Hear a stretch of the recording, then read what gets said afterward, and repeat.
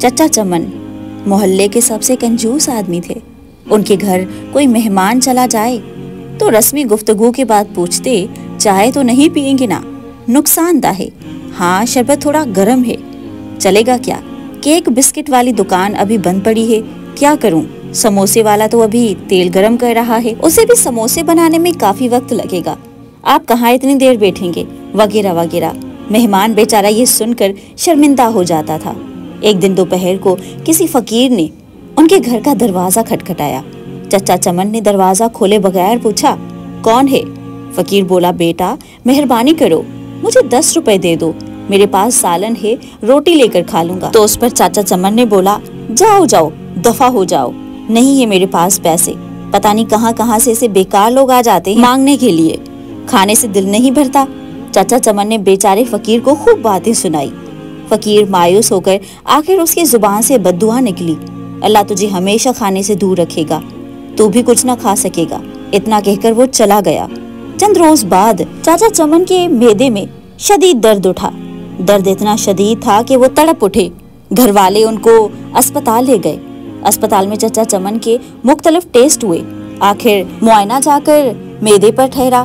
Doctor نے ہدایت کی کہ 10-15 دن تک اسپتال میں رہنا ہوگا تاکہ مکمل علاج کیا جا سکے۔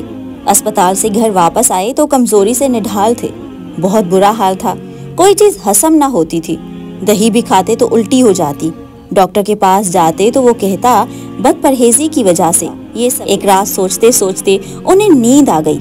خواب میں دیکھا کہ پلاؤ کی دیگ کے قریب بیٹھے ہیں اور سب کچھ چاول بانٹ رہے ہیں۔ صبح اٹھ کر چاچا چمن نے گھر والوں کو اپنا خواب سنایا۔ انہوں نے مشورہ دیا کہ غریبوں کو کھانا کھلائیں۔ چچا چمن نے خیر سے باورچی کو بلایا اور اسے پوچھا کہ بیٹا پلاؤ کی 10 کلو والی دیگ پر کتنا خرچ آئے گا؟ باورچی نے خرچ بتایا۔ چچا چمن نے 10 کلو کی دیگ پر ہونے والے خرچ کا سن کر بڑی پریشانی کا اظہار کرتے ہوئے کہا، لیکن پھر سوچا کہ شاید خیرات کرنے سے میں ٹھیک ہو جاؤں، اور انہوں نے اتوار کی دوپہر کو یہ مکمل مرحلہ طے کر ہی لیا۔ محلے کے نوجوانوں کی مدد سے محلے داروں اور غریب غربا میں چاولوں کی تقسیم ہوئی۔ چچا چمن اب کافی پرسکون رہنے لگے ہیں، طبیعت بھی قدرے بہتر محسوس ہونے لگی، لیکن جب اس فقیر کا خیال آتا تو پھر وہی منحوس درد شروع ہو جاتا۔ یوں ہی کئی دن بیت گئے۔ ایک شام کو کسی فقیر کی آواز آئی، اللہ کے نام پر دے دو۔ چچا چمن بھاگ کر گئے، وہی فقیر کھڑا تھا جس نے انہیں بددعا دی تھی۔ چچا چمن اس کا بازو پکڑ کر اندر لے آئے۔ فوراً ہی انہوں نے اپنے بڑے بیٹے کو ہوٹل سے کئی قسم کے کھانے لانے کے لیے دوڑایا۔ کچھ ہی دیر بعد لڑکا ہوٹل سے شامی کباب، بریانی، قورمہ، روٹیاں، آئس کریم اور بہت کچھ لے کر آیا۔ چچا چمن اور فقیر نے پیٹ بھر کر کھانا کھایا۔ جاتے وقت فقیر بہت خوش تھا۔ 1 ہفتے علاج کے بعد چچا چمن مکمل طور پر صحت یاب ہو چکے تھے۔ جناب، اس لیے کہتے ہیں غلطی سے بھی کبھی کسی کی دل آزاری مت کیا کرے، اور ایک لالچ ایک ایسا منفی عمل ہے جو کسی شخص کو ایک چیز کی خواہش دیتا ہے جو اس کے لیے ضروری نہیں ہوتی۔ یہ ایک برائی ہے جو انسان کو زیادہ سے زیادہ اخراجات حاصل کرنے کی خواہش رکھتی ہے اور ایسے ہی اپنی زندگی کے اہم مقاصد سے دور لے جاتی ہے۔ اور لالچی انسان اکثر اپنی حالات کا منفی اثر بھی نہیں سمجھتا اور دوسروں کے ساتھ مناسب رویہ نہیں رکھتا، یہ یقین کرنا کہ زیادہ سے زیادہ مال حاصل کرنے سے خوشیاں ملیں گی اکثر لالچ کی صورت میں انسان کو گمراہ کر دیتا ہے۔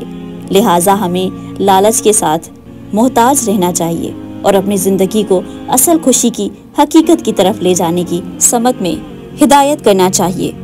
ہم امید کرتے ہیں کہ آج کی ویڈیو آپ کو ضرور اچھی لگی ہوگی۔